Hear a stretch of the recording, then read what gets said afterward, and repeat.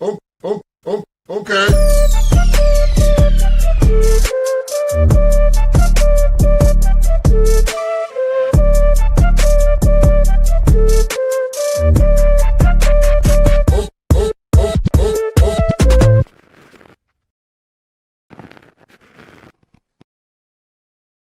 Well, good afternoon, everybody, and welcome to the Daily Herold here on Badlands Media. I'm your host, Jon Herold.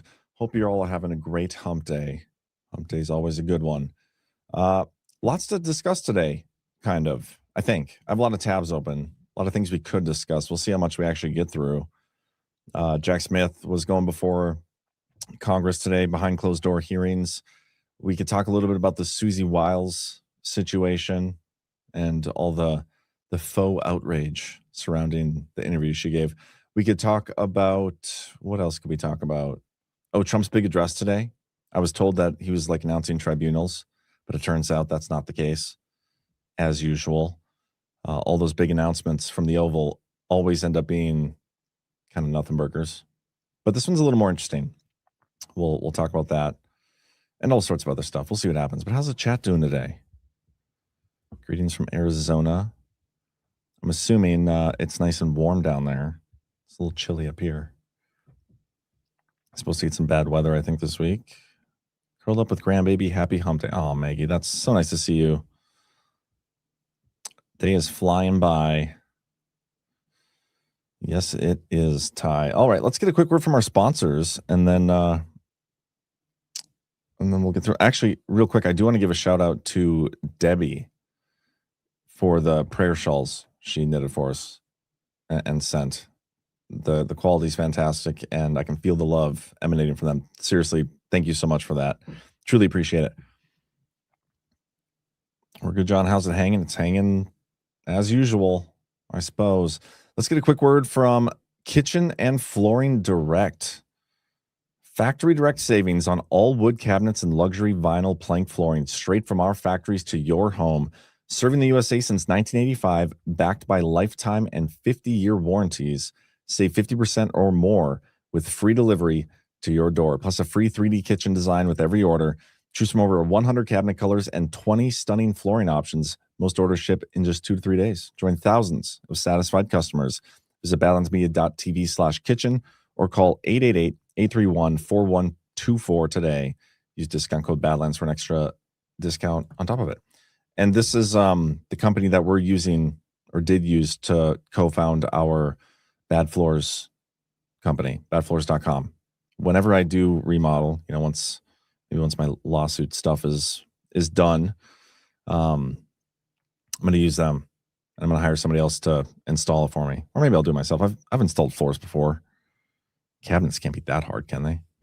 But no, seriously, support those who support us. I've met these people down at the Lakeland meetup down in Florida, the Kitchen and Flooring Direct company, and they're awesome people. So if you need a remodel, buy the supplies direct and then hire the installer. You'll save money that way.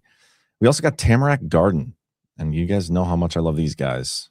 Great family, great products, great purpose, just all around awesome. Are you looking for a better alternative to the over-the-counter drugstore medications? Tamarack Garden began from a parent's desperate need for safe and effective options for their kids, tired of toxic chemicals. Taking matters into their own hands, they began crafting medicine from weeds, wildflowers, and herbs, the original time-tested healers that modern medicine can't match. Packed with antiviral herbs to boost immunity and fight illness, Tamarack Garden has, for a limited time, their elderberry and rosehip syrup kit available. Not only is it delicious, no more battles with kids, and actually my daughter absolutely loves it, and easy to make. It will keep you and your family healthy all fall and winter. And also introducing Tamarack Garden's new baby line, clean, non-toxic, and gentle for newborns and moms, relieving cradle cap, diaper rash, stretch marks, and postpartum pain. Visit tamarackgarden.com today and use promo code Badlands for $10 off orders over $50. Remember to eat your weeds. tamarackgarden.com, promo code Badlands. Rebel Nader, cabinets are the most difficult. Yeah. I've never actually installed cabinets, but they can't be that hard. Just need like a level and hammer and nails and some elbow grease and a can-do attitude. That's all it should take. I'm with you, John, and Nothing Burger. Probably not what we want to hear, but things are going on behind the scenes, I guess. We shall see. Michael 1213, the endpoint. Well, I'm not settling. We're trying to get it dismissed because it's BS, but it's out of my control. Only due to shoddy framing. Jessica celebrating my son's 7th birthday today. He's getting his first rifle and going squirrel hunting this afternoon. That's an awesome birthday. But be careful, you'll shoot your eye out, kid. Spoken like a true homeowner. Yeah. All right, let's kick things off with some financial stuff, economic stuff. Bitcoin right now, let me refresh, see if this is still where it's at. 86,694. Just in a matter of like a couple hours, it went down a little bit.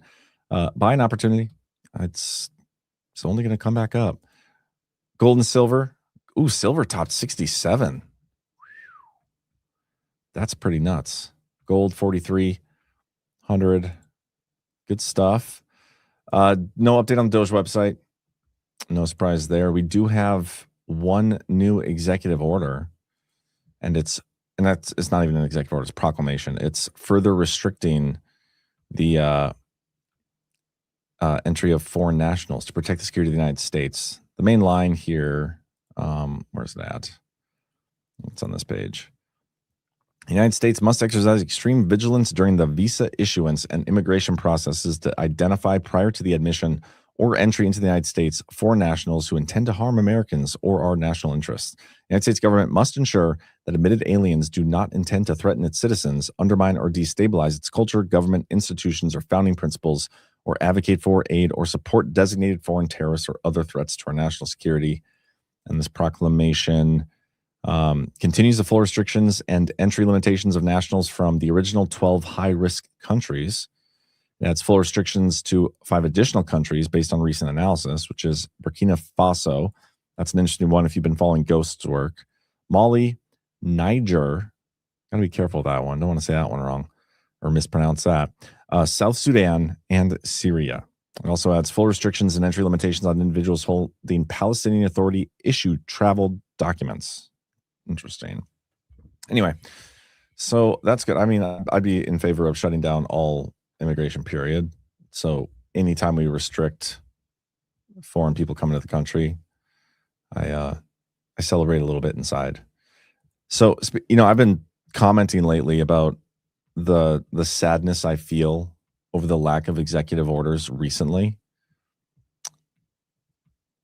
Apparently, allegedly, and this is true, Trump's executive order avalanche buries his first term. He's already at more so far through almost a year than he had in his entire first term in terms of executive orders. A lot of it was very top heavy, like front loaded very early on. But he signed more executive orders in less than a year than he did during his entire first term, according to new data from Pew Research Center. He has shattered presidential traditions and seized expansive executive power in his first year back in office with a sprawling list of unilateral actions. He set the tone early with an unprecedented blitz of dozens of orders within his first days in office. And since then, his pen hasn't cooled. And screw you guys, Biden did 17 in his first day. I remember that. Yeah, he's now at 221, surpassing the 220 he inked between 2017 and 2021. I do think he's basically ruling by pen right now. And a lot of the orders he issued were rescinding the Biden's issues, like original issues. So, there's some of that here, but I wish he had more. I would be fine with a new executive order every single day, especially if they were interesting. Give me something to do. There's this here I want to comment on as well. But with the president's early tsunami of orders came an onslaught of lawsuits challenging his far-reaching agenda. Again, he's figuring out the parameters of his legal authorities, which is a good thing. Just this month, the House of Representatives handed down a rare rebuke of his executive action, voting in favor of a bill that would restore collective bargaining rights for hundreds of thousands of federal workers and nullify Trump's executive order, stripping union protections. How often are we going to see the House, the Republican-controlled House, go against Trump's agenda? It's ridiculous. John, did you catch Scott Bessent's announcement about Trump accounts for all children under the age of 10? Now the billionaires across the country are going to kick off the funding. We already knew that We already knew that billionaires were going to fund it. We already knew the accounts were coming. Wasn't it the Dell guy? The guy whose like wife looks like she's from a different planet? Dell funding Trump accounts. Let me find this. Yeah, right here. What you need to know about Trump accounts. And Michael and Susan Dell, $6.25 billion donation. Look at her. Him. It. Look at that. What is that? And I remember making the comment that they should take some of this $6.25 billion and do something about it. Do something about this. Or maybe let's bring back this is the only reason I would advocate to bring back mask mandates. So I don't have to see stuff like this. But yeah, I did see that. I saw something like $1,000 if you invest, if you invest $1,000 into these Trump accounts or whatever, by the time the kids retire, it should be $600,000. 12% of Trump's EOs have been codified. That is like nothing. Yeah, Congress hasn't done anything. This is a poster board warning against cosmetic surgery. What are they getting for these donations? That's a great question. Yeah, but I did see that. Thank you for the comment. Let's talk a little bit about tonight. Where did I put that? Then we'll get into the Susie Wiles stuff. Here we go. So everybody like freaked out yesterday. Maybe not freaked out. That's probably not the right way to say it, but it was announced last night that Trump was going to be speaking today. Where the heck is this post? It was something like, my fellow Americans, tomorrow I'll be doing, right here. My fellow Americans, I will be giving an address to the nation tomorrow night, live from the White House at 9 p.m. Eastern. I look forward to seeing you then. It has been a great year for our country. The best is yet to come. President Donald J. Trump. A lot of the internet started freaking out, saying this is it. This is I don't even know what they were really saying. I know a lot of people are waiting for that one Twitter post, right? The My Fellow Americans, the storm is upon us. It's a cute thing, but nobody's really explained what that actually means. Like what happens when Trump says that? And maybe they have explained it. I just again, not having read the Q drops, I don't know what the end game is with that. But anyway, I was told this is what's coming tomorrow because he started this post off with My Fellow Americans. And it turns out that, for the 100th time, they are wrong about what this is about. It's going to be an economic thing. Trump's Oval Office speech to address affordability agenda. Here are the 4 big ideas he could embrace. And I actually want to go through these because if these are true, it's notable, interesting. John, this was the big announcement about an hour ago today. A bunch of speakers in front of, and he tells you how and when and where to sign up. No, I thought, yeah, the big announcement that he posted about is tonight at 9 p.m. And Just the News spoke with people from the administration, and they already told us what they're going to talk about. Let's read it. President Trump's Oval Office address to the nation on Wednesday night will not only afford a chance to rattle off the successes he delivered in his first year, but also to offer a platform of bold new ideas to address the anxiety afflicting Americans over affordability in an economy that still has a lingering Biden hangover. Aides and members of Congress expect the 47th president to focus extensively on the affordability issue over the next few weeks and to lay out a 2026 agenda. The ideas could range from launching an affordable housing boom akin to the post-World War II era to reducing the size of government. Wow, what a bold idea. I thought we were already doing that one, the reducing the size of government. Isn't that the whole point of DOJ? Fraud, waste, abuse, reducing the government. I mean, we've been talking about that this entire time. So I wouldn't consider that a bold new idea. It's a boring old idea that hasn't been executed. On paper, Trump has a first-year resume that most American presidents would prize. Prices for gas, prescription drugs, and eggs are way down. The southern border is secure after 4 unsafe years. 2.6 million illegal immigrants have left the country voluntarily or via deportation. I wonder what the breakdown is on that. How many people have actually left voluntarily? How many immigrants have left the U.S. voluntarily? I bet it's not many. If they even have that number. I mean, how would they know? How would they know exactly? No way. They're saying approximately 1.9 million immigrants, and this is AI, so who knows? 1.9 million immigrants have left the U.S. voluntarily since President Trump took office in January 2025. That cannot be right. Total departures of 2.5 million undocumented individuals in 2025, comprising over 605,000 formal deportations and the 1.9 million self-deportations. Through incentives like the CBP Home app, which offers $1,000 stipends and free flights. It's insanity. I don't believe those numbers. That seems so high. Even with $1,000 stipend and a free flight. I do not believe that number. I'm sorry.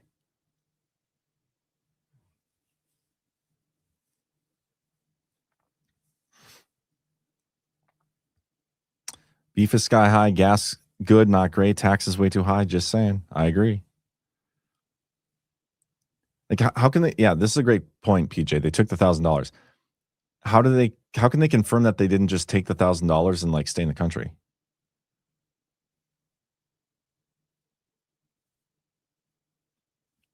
It sounds about right. It was about 1.7 million a month or so ago. But that's just what they're saying. Like, they're undocumented illegal aliens. How do we know that they've left? Just doesn't. I don't buy it. I don't buy the numbers. You think they can monitor flights? You know, it's still Biden's economy, John. Yes, I do know that. There's no magic wand, guys. Remember that thing? Remember that talking point? Anyway, let's keep. Oh, I was gonna play something. Somebody sent me a DM. Kyle, I think, sent me something here on Twitter. Let me look quick.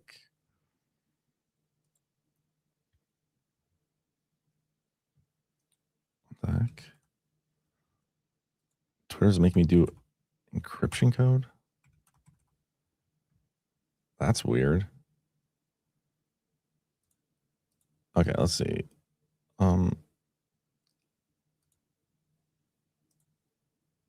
Hold for processing, guys. I'm working on it.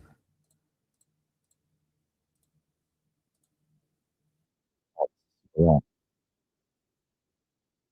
Good morning, everyone. It's an exciting day. I think that I am here to announce the biggest merger in history, merger of Main Street and Wall Street. So thank you. I'm grateful to be with you all. An entire generation of Americans is about to learn in the most life-changing way possible how even small contributions can become generational wealth. And it's all thanks to President Trump. Trump accounts are the president's gift to the American people. They represent perhaps the most groundbreaking policy innovation of modern times, and they are shaped by a simple vision: every American a shareholder. When every American owns a share of the most powerful economy on earth, every American will benefit from our nation's growth. Every American will capture a portion of the productivity gains brought about by AI, robotics, and other world-changing technologies. I'm not going to listen to this whole thing now. I'll listen to it later. It's just interesting to me because the future that I think is coming, and none of this is financial advice, by the way, but the future that I think is coming, it's going to be less about the stock market and more about like Bitcoin. You know what I mean? Energy as a currency type thing. I mean, if you're not following Jason Lowery on Twitter, it's well worth doing so. Read software. And maybe that's a little out there. I acknowledge. I mean, I can't say with certainty that's going to be the case. And it is hard to imagine that, you know, the stock market is going to all up and disappear. You know, we don't know what the plans are for the future of the country. Everybody's got their own opinion. Nobody knows. Nobody knows what's going to happen, what transformation is going to take place. But it's just interesting to me that they're like encouraging investment in this stuff, which to me is very, I don't know if normie is the right word, but it's it's not forward looking, really. I feel like I would rather them invest in a Bitcoin account than a Trump account or whatever, like a stock market account. I wish the Trump account was a cryptocurrency wallet.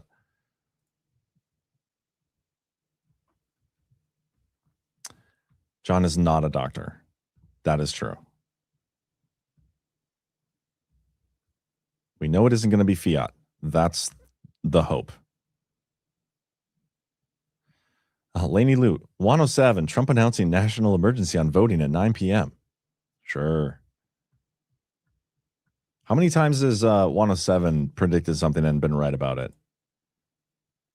I'll make a prediction that 107 is wrong about that prediction. We have the story here. I mean, who knows? Maybe this is a rug pull, and these 4 things that Just the News, John Solomon, as like the guy with the inside connections to the Trump White House, the leading narrative setter. Maybe he is wrong and 107 is right, but we'll see. We'll see if there's a switcheroo later. But let's go back to the story here. Like most improvements and successes are showing up quicker in statistics and economic indicators than at the dinner table or water cooler. That has left employers cutting payroll and Americans anxious about their bottom line. Treasury Secretary Scott Bessent believes the impact of Trump policies will settle in by the second quarter of next year, especially if America's economy ends 2025 with a crisp 3% growth, as Bessent predicted. Democrats created scarcity, whether it was in energy or overregulation, that we are now seeing this affordability problem. And I think next year we're going to move on to prosperity, Bessent said this month. Meanwhile, the president's aides and his outside advisors have been crafting big ideas to unveil in the speech and in the coming weeks to create confidence that Trump has a vision to keep the affordability improvements going and to ease the anxiety. Here are 4 big ideas they've been discussing.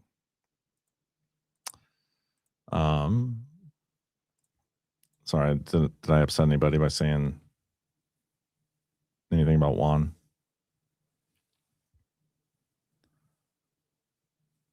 Oh, you guys are pretty much in agreement. I guess that's good. Who are we paying this debt to? That's a great question.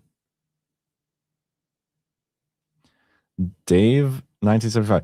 You can get a tour of the weed farm with a golden ticket, so Willy Wonka and the Don can set you up with a franchise location. Oh, okay. Let's go through these. These are 4 of the things, some of the big ideas that are supposedly being unveiled tonight. They're going to unveil an affordable housing policy like the GI Bill that unleashed the housing wave in the post-World War II era, and declare a homeowners bill of rights that protects Americans from excessive local zoning regulations. In order to unleash a boom, the Trump administration could devise a new national model home building code and seek to pressure with federal purse strings all communities nationwide to follow it. Trump could also emphasize he will soon be picking a new chairman of the Federal Reserve Bank who is committed to lowering interest rates. Such downward pressure on interest rates would make mortgages affordable again, and also encourage more established homeowners to move again. The latter will free up lower-priced inventory for young home buyers because established home buyers will be incentivized with mortgage rates like they had a decade or more ago in the 2.5% and 4.5% range. I will say that's like the issue, especially around here where I'm at. I'm sure it's everywhere. It's the first-time home buyer. I was talking to a real estate agent at the GART meetup in Kansas City, and he's like one of the top producers for Keller Williams, I guess. And he knew his stuff. He was brilliant. Him and his wife are both awesome. But he was saying that the average like first-time home buyer right now is like in their 40s. I'm pretty sure he said. What is the average age of a first-time home buyer? Let's see what AI tells me. Yeah, the average age of a first-time home buyers in the U.S. reached a record high of 40 years in 2025. Think about that. Think about how that has shifted from, again, going back to like World War II or before or whatever, but our parents' generation and their parents' generation. Okay, well, me and some of you in the audience are different ages. Like, but that was the thing. Like, you get married young, out of college, get your home, have your kid, but those people are all like, they're getting homes. They were getting homes for like $50,000, $60,000, and those same homes right now are worth $400,000, $500,000, $600,000. It's crazy.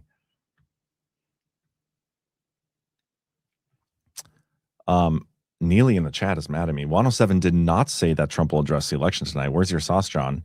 I was just reading what somebody else said in the chat. Somebody in the chat said that Trump is announcing national emergency. I can show you right here. It's not me. Trump is announcing national emergency on voting at 9 p.m. Don't ask me for sauce. How dare you? Yeah, and then they want you to sign a 50-year mortgage and then get divorced.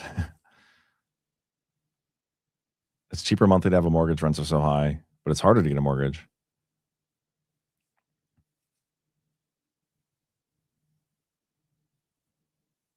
They aren't worth more. Dollars just worthless. Yes.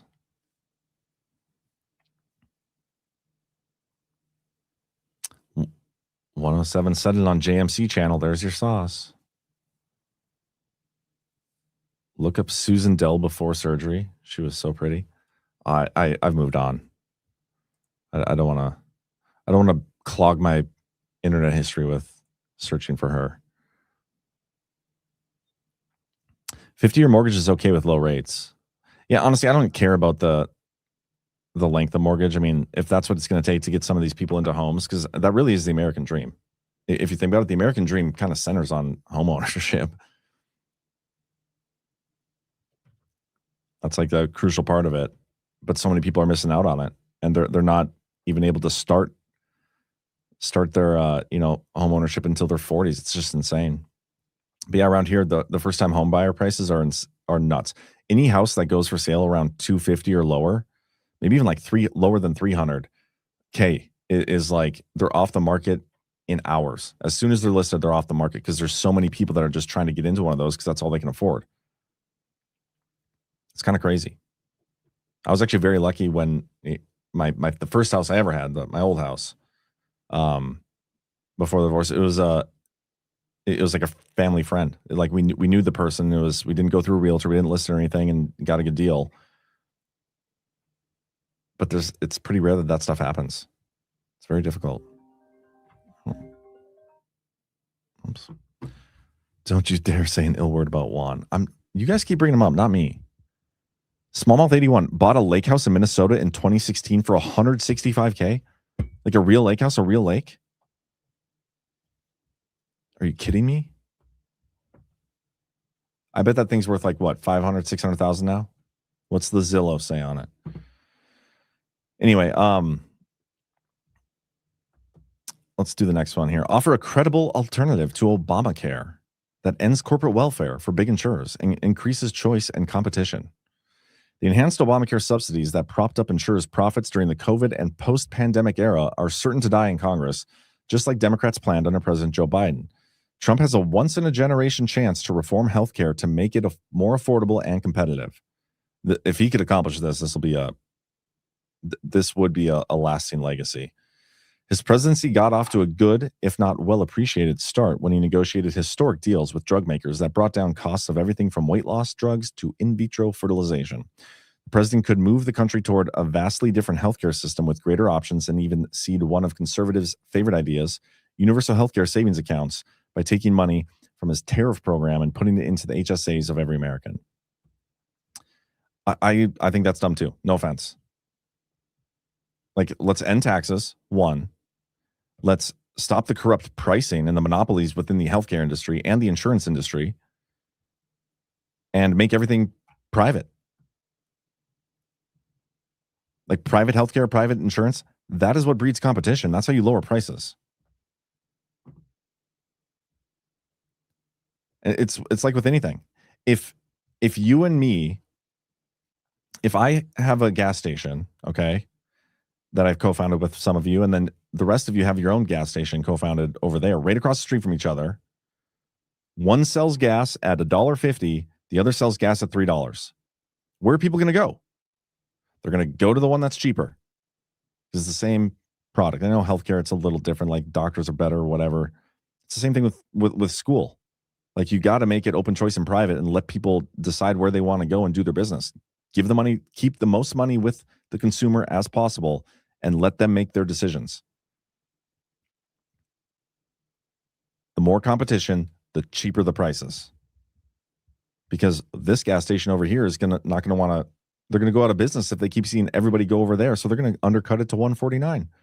And then it's going to be 148 and it's going to keep going down until eventually, like you're going to have to set yourself apart with something else other than the prices. But at least starts there. The prices are so just astronomically out of whack.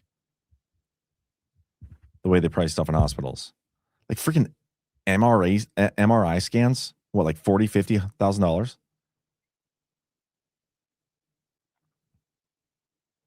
What does a fake lake look like? You've never seen man-made lakes, bro? They look like real lakes. They're very deceptive. But God did not put that lake there, PJ. Man put that lake there. I don't know if they just turned the hose on. This last summer when we were doing the slip and slide in the backyard, I had a mini man-made lake in my backyard because how much water was all over the grass. Damn, I came here just as FixPayNet claimed badgas.com for me. We'll get there someday, guys. When the oil prices come down a little bit further, we'll co-found Bad Gas together. We have gas stations here that charge $4.50 and others that are $3.69. Weird. I wonder how much of that is people just not actually paying attention to how much they spend on stuff like gas.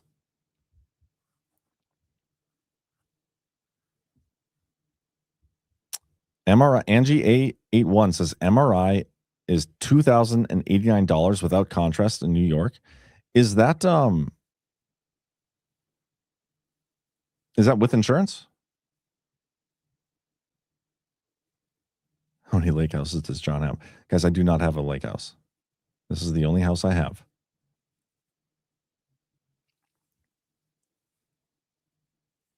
I would love to have a lake house. My goal is to someday have this house and then like a house I can snowboard at. That's the goal someday. Texas only has one natural lake, Caddo Lake. All the rest are man-made.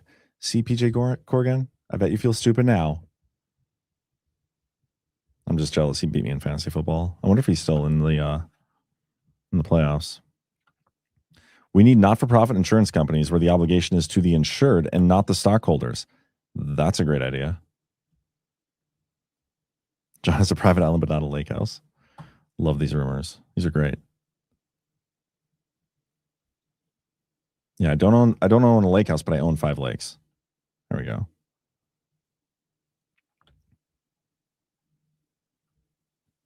You guys are on fire. Oh yeah, we put together two. So Cece, my girlfriend, is saying we put together 2 extra slip and slides at the end of the blow up slide. It was awesome. Yeah, so I have this like slight hill in my backyard, and I have this like big inflatable swimming pool bouncy house type thing for the kids. And you put that at the top of the hill, and it's got a slide on it. And then at the end of the slide, you put a slip and slide, and then another mini slip and slide. And so they go from the top all the way down the slip and slide and almost into the tree. It's pretty great. Kids love it. John has a lake on standby for when he's in the mood. Spetzel, FYI, I won the Sacco and the Fan League awarded to the last place team. I'll be totally honest, Spetzel, and I feel guilty about this because I did sign up for the league. I said I'd participate. But I did not pay much attention to that league. I barely paid attention to my other league. I did enough just to stay out of last place, because in the host league, if you lose, you have to do something embarrassing on stage at a guard. And so I just wanted to avoid that. And I did make the playoffs, but I lost to Chris Paul in the first round because he had Trevor Lawrence, who scored 50 points. Are you kidding me? Over 50 points? It's not even fair. Cheating. Performance enhancing drugs. Anyway, let's keep going here. Next one, declare that he will cut 20% of discretionary federal spending beginning with his next budget. Why does our federal spending have discretionary spending to begin with? You know what I mean? Like, we're paying tax dollars so you guys can spend things at your discretion, like if you need to, if you want to. No, that is bullshit. But anyway, let's read what it says. If Trump made such a commitment, he would fulfill one of the great promises left from the Reagan agenda while bringing down deficits and freeing money to end the shortfalls of Medicare and Social Security that hit early next decade. Haven't they been warning of us running out of Medicare and Social Security for like 15 years now? I feel like we've been talking about that forever. It's like climate change. Like, how can you run out of funding for these things when you just print the damn money anyway? If you don't change course on climate change, the world's gonna end. The world's gonna be covered in water in 10 years. If you don't do something with the money, we're gonna run out of Social Security in 10 years. Same thing. Fear mongering. Don't buy it. It's all corrupt anyway. Waste, fraud, and abuse, and that is insane. Trump would not even have to touch entitlement programs except to root out fraud. He could simply send an order to all cabinet agencies instructing them to immediately begin using the Social Security deceased persons database each and every month to check all welfare, entitlement, and grant recipients and make sure they are alive before their next check is sent. That is a pretty novel idea. And they even say in here, believe it or not, that doesn't happen. Similarly, he could instruct all federal agencies to ensure any recipient of grant money, contract money, or welfare who lists a foreign address is a lawful recipient before such checks are cut, not just once, but each and every month. I'm still flabbergasted. The fact that we have any grant money at all is just, it blows my mind. Blows my mind. Grants should not exist from the government. If I want to give money to a charity or a 501c3 or somebody who would receive a grant, I will do that myself. I don't need the government taking my money, taking our money, and deciding who to give it to. We've seen how much fraud, waste, and abuse. Fraud, waste, and abuse is with our government generally. And they're just giving money to these NGOs. It's so dumb. So don't just ensure that the grant money is going to go to a good place. Let's just get rid of all grants. There should be no federal grants. And there should be no money going to somebody with a foreign address. That's insane.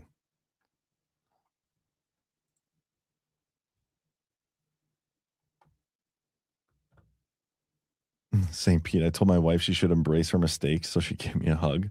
That's great. That is funny. Granda 58, John, I've been told that by the time I was old enough to collect Social Security, that it would be gone. Been on it almost 3 years now. Look at you. You're one of the lucky ones. 99% of charities would crash and go bankrupt if the government stops sending them grants. Then that's fine. Good. I do not care. There are some good charities out there, I get it, but if the charities that are worth their salt and that need to be there will be supported by the individuals because the individuals believe in that charity.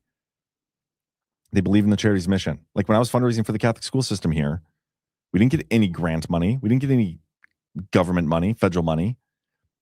We went to individual people, Catholics in the community or alumni or whatever, and we just discussed the mission that we were working on.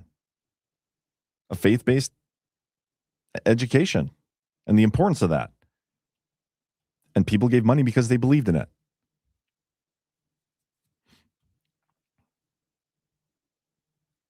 How about another $800 billion for Ukraine?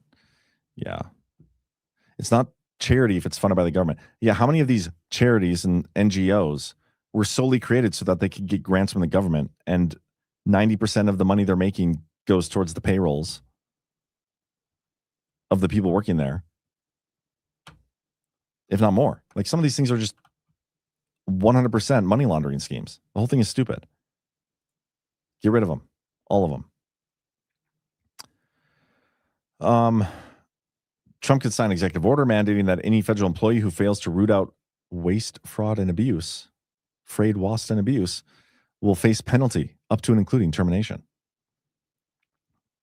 The fact that we haven't like already kicked off a whole bunch of the waste, fraud, and abuse stuff, DOJ is doing its thing, whatever. whatever. I'm not even going to go down that rabbit hole. But the fact that we're still talking about having to root out the frayed, wasp, and abuse is nuts. We've had a year now. It should already be done. We shouldn't be talking about it anymore. Anyway, finally, Trump could rally many in his base by putting his political capital behind the movement to convene a one-time convention of states. This tool was envisioned by the founding fathers in Article 5 of the Constitution as a last resort to force Congress to do its job and put guardrails on future spending. Trump excited the convention movement earlier this year by socializing a Just the News story on the topic. I don't know how I feel about that. I mean, I love some of it. I would love a convention of states to do a few things. And I think Matt Gaetz even talked about this when we were down at the Kansas Reckoning event. We're close. Like we don't need that many more states to come across the line to actually initiate it. Getting some things like term limits on Congress, since we're not fixing election fraud, even though I don't think term limits are necessary if you can actually have legitimate fair elections. Because there are some people that are good Congress or good people that would be good in Congress or government that I'd be okay with being there as a career. But there are other people that aren't good that turn it into a career because of the election fraud system. So I don't think you need term limits if you fix our elections. But anyway, in lieu of fixing our elections, convention of states to do that, term limits, I'd be cool with that. I just don't want it to be abused, because if you have enough Democrat states there, like, could they take away our guns? That's something Matt Gaetz alluded to. So, and it's never really been done before, I'm pretty sure. Could be wrong, but I'm pretty sure it hasn't been done before. Snowkit Operator, good to see you, man. Gifted a subscription. Thank you for that. Spetzel says Article 5 convention is a terrible idea. I don't think it's the I don't think it's a solution. Like, I wouldn't be opposed to some things, but I think there's more of a downside than there's an upside if that came through. Agree. Real elections fix most of our problems. 100%. Frayed, and abuse equals frayed, fraud, waste, and abuse. Put it on a shirt. I agree. Frayed, and abuse. I'm just going to start saying like that on purpose now. And as long as you guys know what I mean, it doesn't matter. This and that last thing, tackle the next affordability crisis before it even strikes by naming a U.S. water czar. And this might be the dumbest thing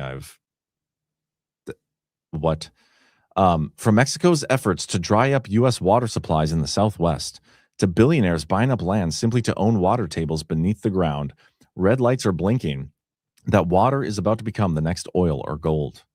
It's a crisis likely to strike the millennial and Gen Z generations, but Trump could get ahead of it for young Americans by naming a water czar to quarterback policy changes, make international deals, and ensure the United States has a water supply that is abundant for decades to come.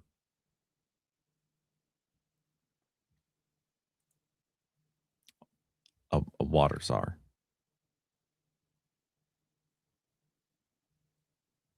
Like, how much of the planet is made of water?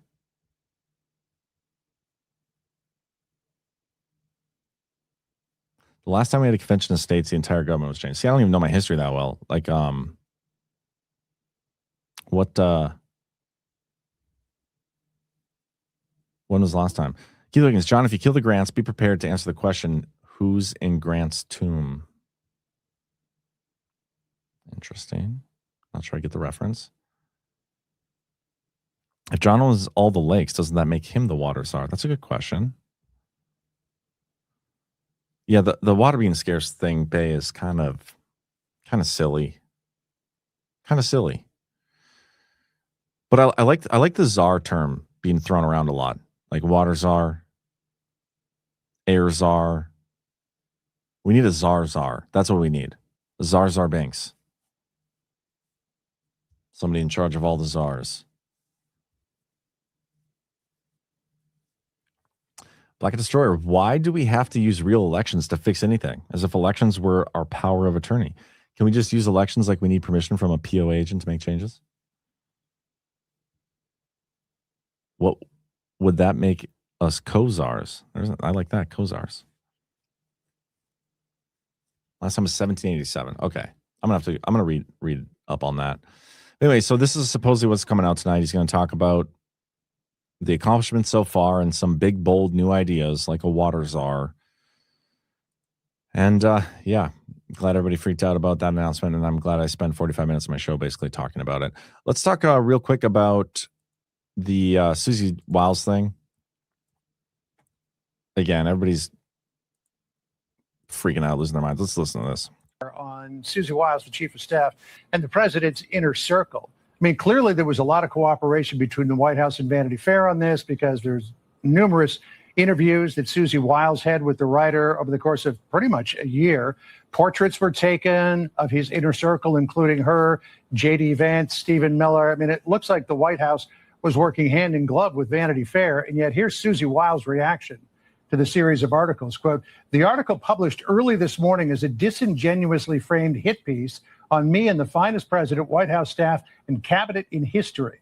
Significant context was disregarded, and much of what I and others said about the team and the president was left out of the story. I assume after reading it that this was done to paint an overwhelmingly chaotic and negative narrative about the president and our team." She goes on after that. You can read the full thing on X, but what happened? What went wrong?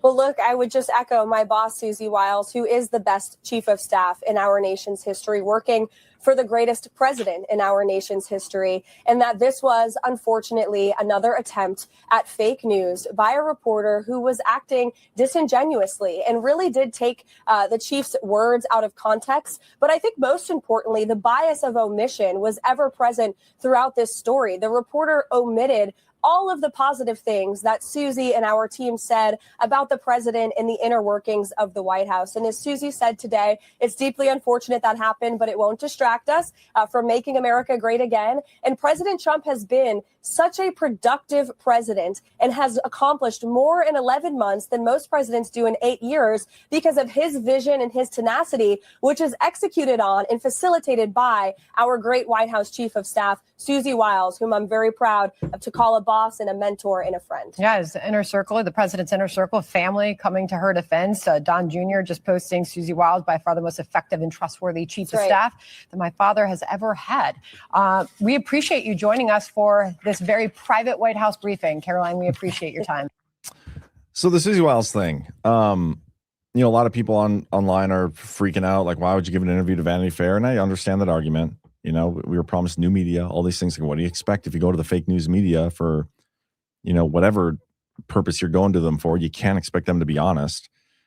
They are definitely the op that the media is running here with the Vanity Fair thing, as they said, as Susie Wiles said in her post, like making it look like a chaotic team here surrounding Trump.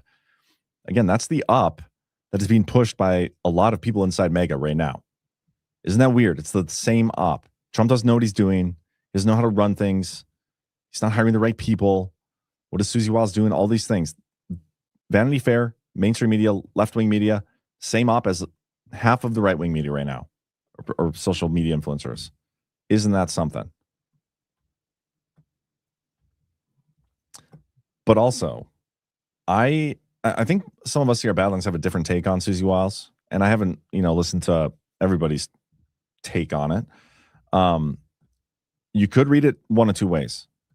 Susie Wiles is like a bad actor, and she did this to intentionally sabotage Trump, and that's totally possible. Totally possible. The other side of this, though, is like, what if that's not the case? What if Susie Wiles has been, she worked with Netanyahu for a stretch, got a whole bunch of information on Netanyahu's campaign. You could look at that one of two ways. She was on the DeSantis campaign, the one who was trying to, replace Trump. Did she sabotage that? Did she advise him to carry around porn in his pocket, child porn, and pull it out and show everybody? I don't know. It is interesting. Everybody's kind of circled the wagons around her. And she's got the nickname the Ice Queen. But it really comes down to is Trump as incompetent as all these people want to make him look? That's really the question. Trump is either completely incompetent, has no idea what he's doing, doesn't know how to hire people, which would beg the question how he became a billionaire in the first place, or got elected in the first place. Just stumbled ass first into it, right? Or maybe there's something else going on. Maybe this whole hit piece thing was an exposure. I don't know. I don't know. I think it's silly. Everybody's emotionally reacting and responding and freaking out over the Susie Wiles thing, and I don't care. And I know I say that about a lot of things. I get it. I know I say that I don't care about a lot of things when I see them or read them online, but I mean it. Like, I'm in such a good headspace when it comes to the info war that none of this stuff really affects me. I get upset over like the principled arguments. Like, we should not be giving grant money to NGOs. Period. That's the stuff that gets me hot and bothered. But when it comes to these narratives being pushed and these psyops being pushed on us constantly, none of it phases me anymore. I don't care. And like, whether or not Susie Wiles is a good actor or a bad actor at this point, also, I have a tough time caring. Because it's going to work itself out.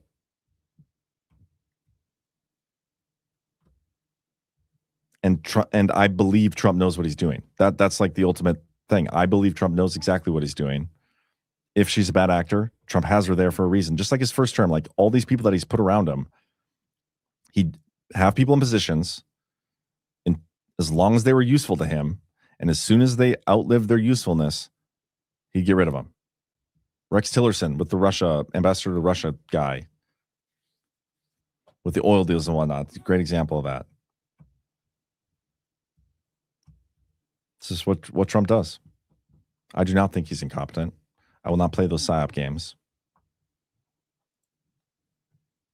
And plus 72-hour rule. But today's the 17th. Patel Patriot, you actually experienced hot flashes of menopause like a real woman under these circumstances that you described. Did I? Ash, how dare you not freak out at the latest Optron? My pinned post right now on my Twitter is from this show a little while back from November. And it's this one.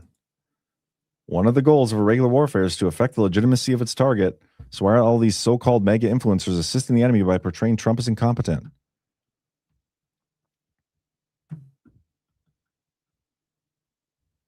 And if Trump is incompetent, why is he such a threat to the enemy? Those are the questions that beg, like, those need to be answered by these people pushing these narratives. They're doing the same thing. And all these ops surrounding Trump's administration and his incompetence and all these things, it's all one big op. I'm not going to fall for it. Transformational change is not harmonious. What are you referring to, Ash? I mean, I agree with it, but what are you referring to? Susie's a distraction, bad timing. I don't know. I mean, it's weird that she like gave this guy so many interviews. Like just, is she that incompetent too? Like, are we supposed to believe that? Oh, it says you get hot and bothered. Yeah, the things that get me hot and bothered are not menopause. It's usually documents.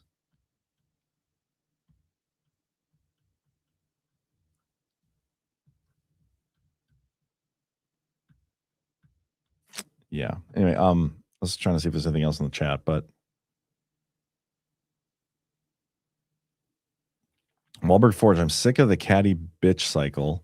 Let's stop clapping back at each other on Twitter and start some arrests already. That's the mindset of most people. I would say most people want that. They're not going to give it to us, though. I don't think they're going to give it to us. I don't think they're going to give us the rest that we want. Oh, man, I have like 6 minutes left, and there's so much more I want to talk about. The emails came out yesterday about the Biden DOJ and the raid on Mar-a-Lago. I did read through these, and they're about as bad as advertised. Like, there was dissent within the FBI about whether they had probable cause and whether they should even continue any further without having any new information. After our pause and concern about probable cause for any of the locations outlined in paragraph 67, what is the guidance for continuing to work on this document without any new information? There's one part in here, too, where they talked about the raid. Let me see if I can find it. Oh, yeah, the date of the raid. Per FBI HQ, any search warrants would be served after the former president departs Mar-a-Lago. That date is currently believed to be 6/3/2022. So they were waiting to raid Mar-a-Lago when Trump wasn't there. The FBI knew Trump wasn't going to be there. Did Trump advertise it? I didn't look at the date, but I just thought that was an interesting line. But yeah, there was clearly dissent within the FBI over whether they had probable cause. The whole thing was a political witch hunt to begin with. So not surprising. Nick Reiner is held without bail after his brief court appearance this morning. I think he just was in there a little bit ago. Let's see. I'm just going to try to pick the big stories. Oh, Jack Smith was testifying today. He might be there now or might be done. I don't know for sure. But he's supposed to be answering questions about his decision to charge Trump. And this is an interesting one because he wanted to, and the Democrats want to release the classified Jack Smith report, the classified parts of it. Eileen Cannon said no. And Trump is like, yeah, also no. I want that shut. And like, there's an argument going on over whether that should be released. There's only so much he's going to be able to say. A lot of what happened with the Jack Smith investigation was public already. And the stuff that isn't public is in the classified documents, which he can't talk about. So political theater, I would say, most of this, as usual, because we're not going to get anything new, I don't think. We're going to get the Democrats coming out of there doing their Instagram talking points and the Republicans doing the same thing and Trump on True Social, same thing. Like, it's all political theater. Nothing new. Let's see what else. I think this is a worthy story. We'll probably talk about this tonight. Pentagon plans major shakeup of military headquarters and top generals. Senior Pentagon officials are considering a plan to reduce the prominence of U.S. Central Command and U.S. European Command and U.S. Africa Command by placing them under a new organization called the U.S. International Command, according to the Washington Post. The proposal would also align U.S. Southern Command and U.S. Northern Command under a new Americas Command, or AMERICOM.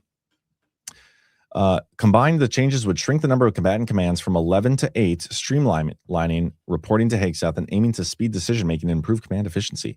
Remaining commands would include the U.S. Indo-Pacific Command, U.S. Cyber Command, U.S. Special Operations Command, U.S. Space Command, U.S. Strategic Command, U.S. Transportation Command. Chairman of the Joint Chiefs of Staff, Dan Kane, is expected to present the plan to Hegseth in the coming days. It grew from a spring request by Hegseth to explore improvements in troop command and control, with the proposal now emerging as the preferred option among senior military officials. So yeah, we'll talk about that tonight. And I'm pretty sure also, didn't we have a story similar to that before as well? Hold for process. Let me find this quick. Like, I'm pretty sure this might be a rerun.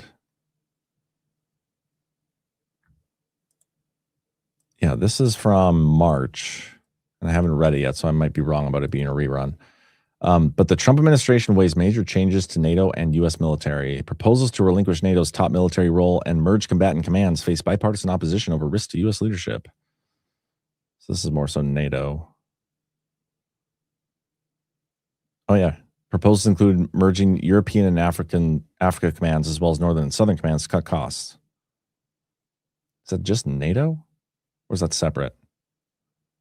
Anyway, yeah, kind of a rerun, kind of not.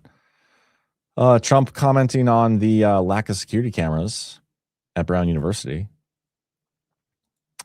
What else? Trump spoke yesterday, and everybody's freaking out about him being the most Jewish president we've ever had, which I think is hysterical. Mark Levin's such a cuck. Trump Jewish president. I'm just searching for the video. Here we go.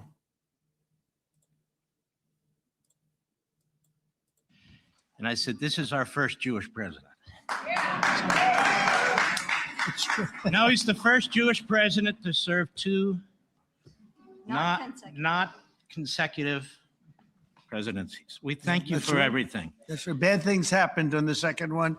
Namely, the election was rigged. And we found out, and you see that happening. Yeah, that's funny. First Jewish president. What else? And what's funny is the reaction. And Mark Levin sucks. I am probably just going to end it here. I think I I mean, I have more, but I'll probably save some of these for tomorrow. DC crime numbers artificially low after federal review. You don't say. Yeah, that's what I'm gonna end on. So, guys, do me a favor, if you wouldn't mind, hit that thumbs up. I'd really appreciate that. And also, do me a favor and do yourselves a favor by getting some soft disclosure. Not only will you be giving yourself the best skincare products on the market, but you will be supporting at least 4 American businesses. You are literally putting your money where your morals are, because you're supporting Badlands. We're an American company. You're supporting Willowin Farms. Annie, she's the one who puts together. And Annie gets the materials from basically her neighbors. And I know that there's a coffee one. And, what's the other one? Goat. I think goat milk is in one of the products. And so that's at least 4 that I can think of. And there's probably more. That's with just one purchase of the best lotion or tallow or beard oil or deodorant. Deodorant's fantastic. I'm telling you, it would make a great Christmas gift. And if you've never used lotion before, if you're like a dude like me who is stubborn, it's like, I'm not pussy. I'm not going to use lotion. You're going to slap yourself and be like, man, I wish I would have bought this lotion before. And if you're a woman, you're never going to stop using it. It's literally a life-changing purchase. I can confidently say that. Softdisclosure.com. You guys have a great rest of your day. I will see you tonight on the Power Hour, 10:30 p.m. Eastern with Burning Bright. I don't think there's anybody I can raid after this. So catch you guys later. Soft Disclosure just dropped new favorites for the season. The lotion, your 5-ounce favorite, is still here. And now we've added full 11-ounce bottles. New Lavender Tea Tree Deodorant, clean, calm, and effective. New tallow bars, chamomile lemon rose, and naked. Rich moisture that actually works. And now the lineup is complete. Beard oil in unscented and spiced vanilla. Palo lip balms, available in chamomile mint, vanilla, naked, and vanilla tangerine. Palo bar minis for pocket-ready hydration. Available in vanilla coffee and naked. And finally, lavender vanilla lotion. Clean, calm, and made to work. Visit softdisclosure.com. Use code Badlands and get 15% off. Soft Disclosure, for truth you can gift. Extra, extra, read all about it. 2, 3. Let's get started.